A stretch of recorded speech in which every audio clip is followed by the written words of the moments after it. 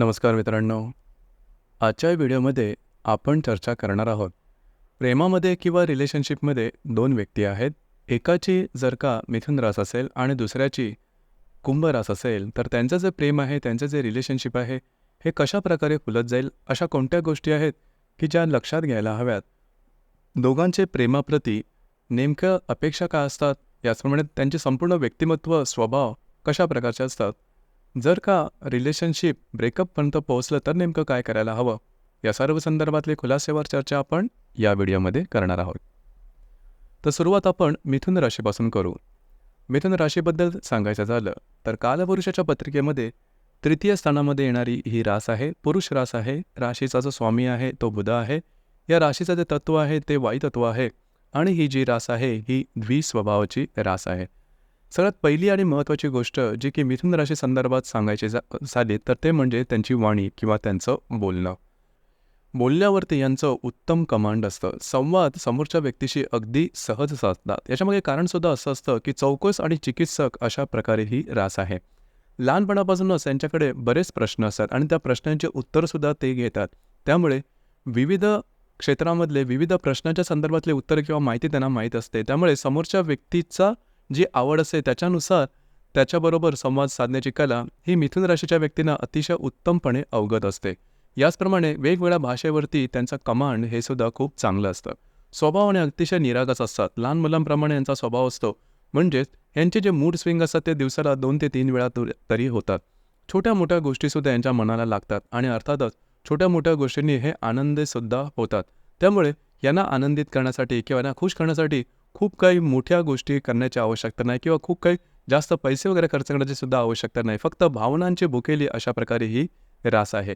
या राशीमध्ये ज्याला आपण ह्युमॅनिटी किंवा माणुसकी हा खूप चांगला भाग दिसून येतो. सदैव दुसऱ्याबरोबर कम्युनिकेट करण्यात किंवा शेअरिंग करण्यात या मग्न असतात.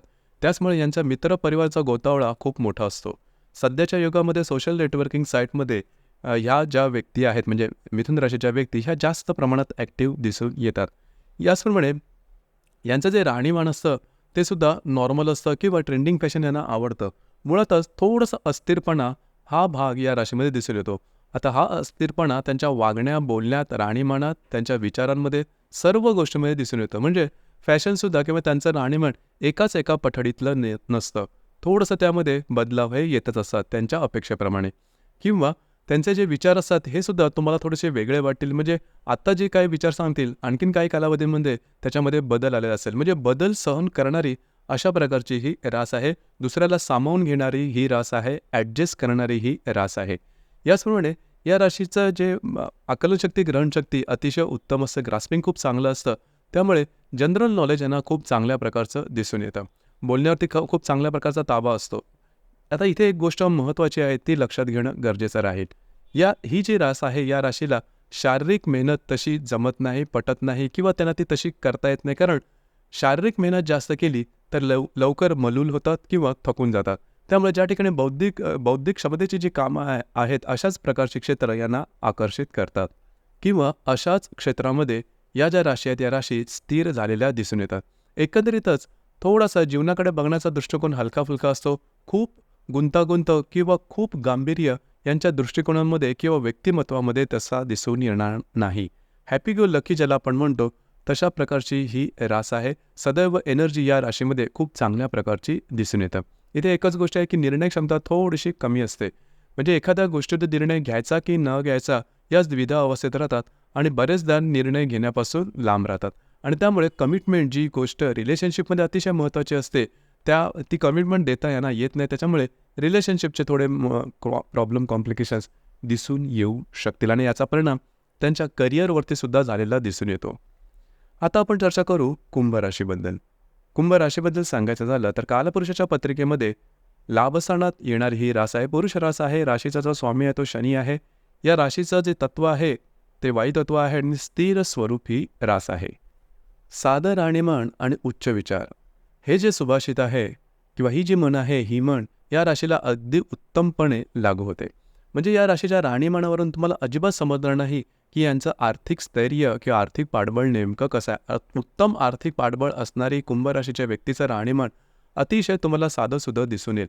मात्र त्यांचे जे विचार आहे, जीवनाकडे बघण्याचा दृष्टिकोन आहे, तो आधुनिक असतो आणि त्यांचे विचार असतात हे एखाद्या फिलॉसॉफरप्रमाणे असतात. कुठल्याही विषयावरती विचार व्यक्त करताना नीट विचार करतील, सखोल विचार करतील. उथळपणे विचार करणं आणि सहजपणे बोलून जाणं हा प्रकार कुंभ राशीच्या व्यक्तींमध्ये साधारणतः दिसून येत नाही. मितभाषी असतात, थोडंसं कमी बोलणारे असतात, परंतु जे काय बोलतील ते नेमकं बोलतील. आता कुंभ राशीच्या स्त्रियांमध्ये सुद्धा हा भाग दिसून येतो बोलण्याच्या बाबतीमध्ये. शेअरिंग करणं, बोलणं हे कुंभ राशीच्या स्त्रियांना जास्त आवडत नाही म्हणा, किंवा त्यांना ते तसं जमत नाही. जे काय बोलतील ते नेमकं बोलतील, कधी-कधी तिखटसुद्धा बोलतील. कारण थोडंसं कुंभ राशीचे ज्या व्यक्ती असतात त्या थोड्या सरळ-सरळ असतात. म्हणजे उगाच साखरेचं आवरण घालून एखादी गोष्ट सांगणं, हा त्यांना साखर पेरणी करणं, हा भाग कुंभ राशीच्या व्यक्तींमध्ये दिसून येत नाही. डिसिप्लिन असतात, शिस्तप्रियता हा या राशीचा गाभा आहे. जी काही गोष्ट असतील ते शिस्तीमध्ये करतील. यांचं स्वतःचं संपूर्ण आयुष्य, प्रत्येक दिवस हा शिस्तीमध्ये आणि वेळेनुसार घडणारा असतो. कोणत्या वेळेला काय करायचं असतं, कोणती वस्तू कुठे ठेवायची असते, कोणत्या व्यक्तीबरोबर किती बोलायचं, कसं बोलायचं, कुठे थांबायचं, या सगळ्याच बाबतीत त्यांच्या एकंदर संपूर्ण आयुष्याच्या दृष्टिकोनामध्ये शिस्त ही जबरदस्त दिसून येते. मात्र होतं काय, की या शिस्तीची अपेक्षा ते समोरच्या व्यक्तीकडून सुद्धा करतात. परंतु सर्वच व्यक्ती तुमच्याप्रमाणे शिस्तीमध्ये असतीलच असं नाही. त्याच्यामुळे थोडंसं या राशीपासून लोकं लांब राहण्याचा प्रयत्न करतात आणि त्यामुळे या शिस्तीमुळे त्यांची वाणीसुद्धा ही थोडीशी कधी-कधी तिखट असते. टू द पॉइंट बोलणं, नेमकं बोलणं हा प्रकार कुंभ राशीच्या व्यक्तींमध्ये दिसून येतो. त्याचप्रमाणे ही जी रास आहे ही बुद्धिवादी रास आहे. एकूण 4 राशी आहेत की ज्या बुद्धिवादी आहेत, जसं की मिथुन आहे, कन्या आहे, तूळ आहे आणि कुंभ आहे. यापैकी कुंभ जी रास आहे ही सगळ्यात जास्त बुद्धिमान असते आणि बुद्धिमान व्यक्तीमध्ये ज्या क्वालिटीज किंवा गुण दिसून येतात, म्हणजे बुद्धिमान माणसं ही थोडीशी मितभाषी असतात, जास्त विचार करणारे असतात. एका विषयांमध्ये त्यांची जी प्रज्ञा असते ही जबरदस्त दिसून येते आणि त्यांचं फोकस, कॉन्सन्ट्रेशन हे खूप चांगलं असतं. हे सर्व गुण हे तुम्हाला कुंभ राशीच्या कोणत्याही व्यक्तीमध्ये दिसून येतील आणि त्यामुळेच ही जी रास आहे ही थोडीशी वेगळी राहणारी रास आहे असे वाटू शकेल, किंवा यांच्यामध्ये भावभावना कमी आहेत किंवा वृक्ष अशा प्रकारची वाटू शकेल. परंतु मुळात मात्र तशी नसते. भिन्न लिंग व्यक्तीप्रती आकर्षण हे या राशीमध्ये सुद्धा खूप चांगल्या प्रकारचं दिसून येतं आणि अशाच प्रकारचं आकर्षण हे मिथुन राशीच्या व्यक्तींमध्ये सुद्धा दिसून येतं. कुंभ राशीच्या व्यक्तींच्या संदर्भात दुसरं सांगायचं झालं ती तर्कवादी रास आहे. तर्कनिष्ठ विचार करणारी ही रास आहे.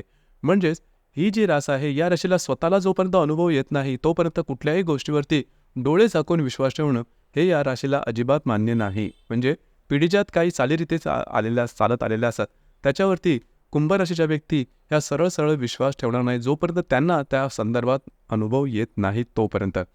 दुसरी महत्त्वाची गोष्ट म्हणजे कुंभ राशीच्या ज्या व्यक्ती असतात या शिस्तप्रिय असतात आणि ज्या मगाशी सांगितल्याप्रमाणे आपल्या एथिक्सप्रमाणे चालणाऱ्या असतात. कुठलंही काम इमाने इतबारे करणारे असतात. काम कितीही कॉम्प्लिकेटेड असेल, गुंतागुंतीचं असेल किंवा कितीही त्यामध्ये त्रासदायक असेल तरी ते काम त्यांच्या परीने ते न थकता, न दमता, न कंटाळता वर्षानुवर्ष करण्याची जी ताकद आहे ही कुंभ राशीमध्ये अतिशय उत्तम प्रकारे दिसून येते. याचप्रमाणे आणि यामुळेच ही जी रास आहे ही इतरांकडून एक्झाम्पल म्हणजे उदाहरण म्हणून दिले जातं. म्हणजे आयुष्य कसं जगावं, कसं असावं, कशा प्रकारे आयुष्याकडे पाहावं हे याचा असं आदर्श उदाहरण म्हणजे कुंभ राशीच्या व्यक्ती आहेत. परंतु नातेसंबंधामध्ये त्यांचे काही जे स्वभाव असतात हे थोडे त्रासदायक ठरण्याची शक्यता जास्त असते.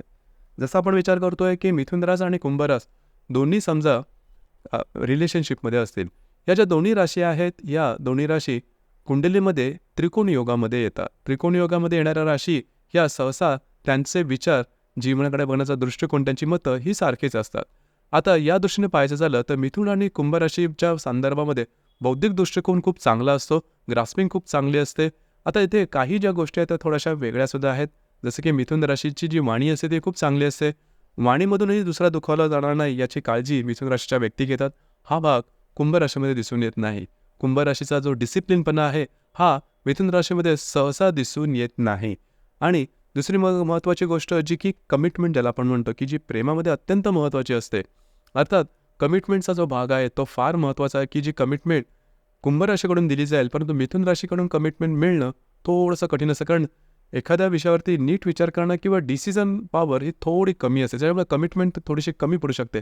अर्थात या 2-3 गोष्टींमुळे रिलेशनशिपमध्ये प्रॉब्लेम, कॉम्प्लिकेशन्स येऊ शकतात. परंतु या दोन्ही राशी म्युच्युअल रिस्पेक्ट्स एकमेकांना देतात एवढं मात्र नक्की. आणि फारसे काय मोठे प्रॉब्लेम येणार नाही की जेणेकरून टोक गाठलं जाईल. तसेच काय प्रॉब्लेम येत असतील तर तुमची जी कुंडली आहे ही पाहणं थोडंसं गरजेचं ठरतं. कारण आत्ता जे आपण राशीचं वर्णन केलं हे वर्णन फक्त आणि फक्त चंद्रावरून ठरतं, म्हणजे चंद्र कोणत्या राशीमध्ये आहे त्यावरून. प्रत्येक कुंडलीमध्ये चंद्रा व्यतिरिक्त सुद्धा बाकी 11 ग्रह वेगवेगळ्या राशी नक्षत्रात किंवा ग्रहयोगात असतात आणि त्याचे परिणामसुद्धा वेगवेगळे होतात. तर कुंडली पाहिल्यानंतर एकंदरीतच तुम्हाला येणाऱ्या जे काय त्रास असेल, जे काय प्रॉब्लेम असेल त्या संदर्भातलं मार्गदर्शन करता येऊ शकेल. तर मित्रांनो, हे होतं प्रेमामध्ये मिथुन रास आणि कुंभ रास असेल तर त्यांचं जे प्रेम आहे हे नेमकं कशा प्रकारे फुलत जाईल या संदर्भातली चर्चा. आपल्याला व्हिडिओ कसा वाटला, आपण त्याचा अनुभव कशा प्रकारे घेतला, नक्की कळवा. धन्यवाद.